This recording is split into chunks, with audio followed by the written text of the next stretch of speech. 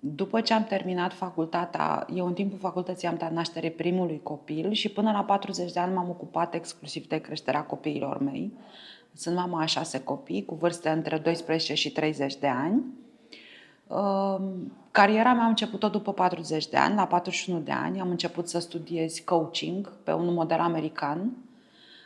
N-ai cum să nu dai în profesie, pentru că sunt legate. Pentru o femeie care s-a ocupat exclusiv de creșterea copiilor, să începi să-ți construiești carieră este o provocare imensă.